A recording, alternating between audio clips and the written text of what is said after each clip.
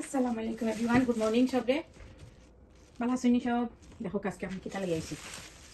আজকে আমার রেসিপি হইব গিয়া ফোকাস ইনটা কিতা চিনুনি আপনারা?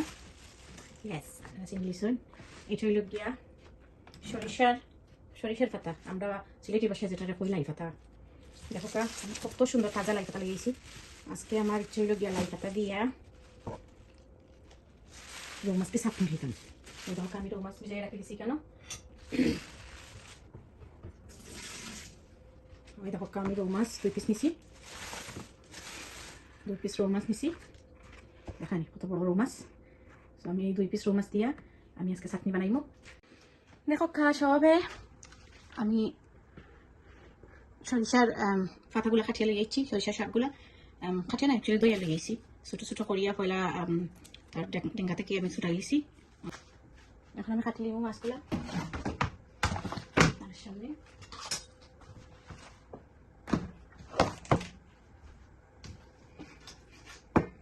বেশি মাছ হয়ে গেছে, পলির মতো সুন্দর করে করবা, কত সুন্দর করে চাটনিটা সুন্দর হইব।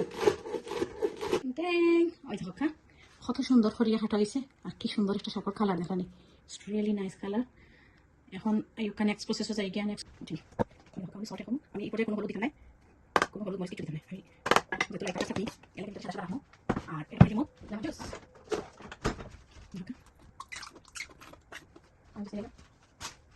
দিয়ে এখন মাখিয়ে দিলাম। কালার এবার একটু হলুদ দিলে সুন্দর লাগবে দেখতে, বাট আমি হলুদ দিই না, কারণ যেহেতু একদিন বাস হইব তখন হলুদ ফেলবো, কিন্তু আমি এটা জানা কমে করতে পারি, এর লাগে আমি একটু হলুদ দিয়ে অনেক কালার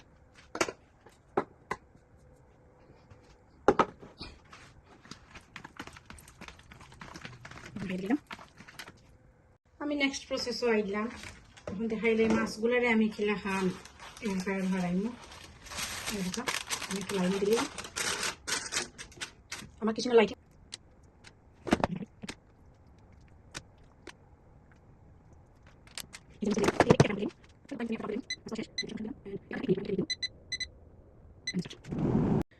ফাইনালি দেখো আমি মাছগুলা বার করিয়া আর এগুলা থেকে আমি কাঠা বাছি লিছি।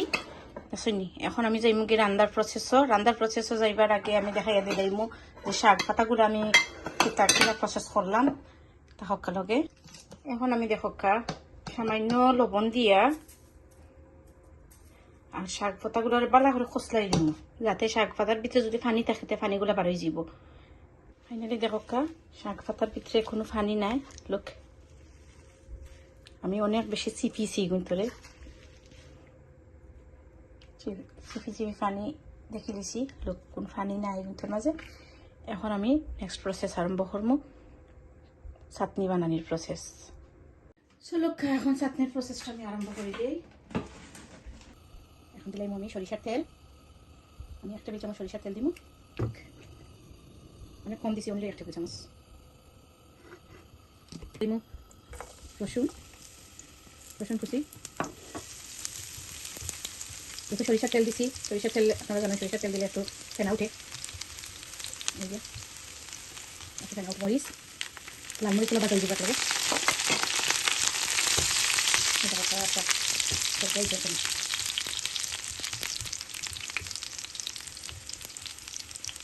রসুনগুলো একটু লাল লাল হয়ে যাইছে, লাল মরিচগুলো বাজা হয়ে যায়।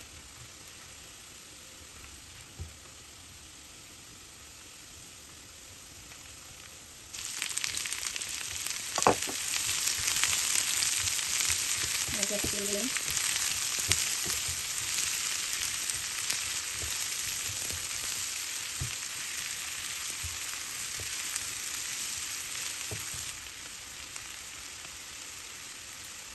হলুদের গুঁড়া একটু দিলাম, আমি লাল মরিচ দিতাম না, এদিকে অলরেডি আমি আস্তা লাল মরিচ আর কাঁচা মরিচ আমি এড করবো, সবাই চিনতেও খাইবা লাগে লাল মরিচ দিতাম না। আপনারা চাইলে লাল মরিচের গুঁড়া পাউডার এড করতে পারেন। অনেক ইজি অ্যান্ড সিম্পল রেসিপি, আপনারা বড় বানাইবা বানাইয়া খাই যেন দেখবা আপনারা চিনতে বেলা পাইবা, যে এটা চিনতে মাছ খাইতে চায় না তারা আপনারা মাছগুলো কিন্তু মাছগুলো আমি এড করে দিলাম।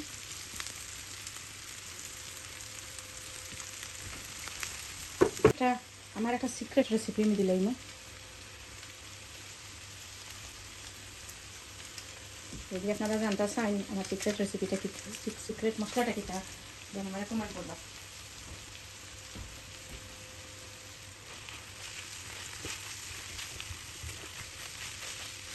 দেখো মাছটা কত সুন্দর হয়েছে, খুব সুন্দর বাজা বাজা হয়েছে। একটা এই মুহূর্তে একটা স্মেল বাড়িয়েছে, খুবই সুন্দর একটা স্মেল বাড়িয়েছে, মাছ মাছ বাজার একটা স্মেল বাড়িয়েছে। আচ্ছা এই পর্যায়ে আমি ডালি দিব কাঁচামরিচগুলা। আমি একটা কাঁচামরিচ কাটছিলাম, কাঁচামরিচ ব্যবহার দিলাম।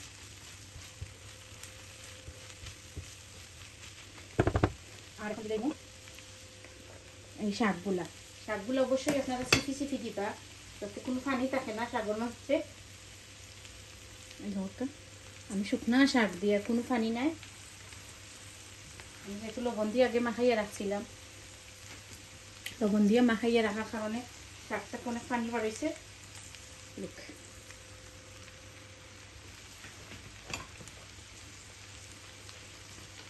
দেখো গাইজ আমি লই আইছি ভাত,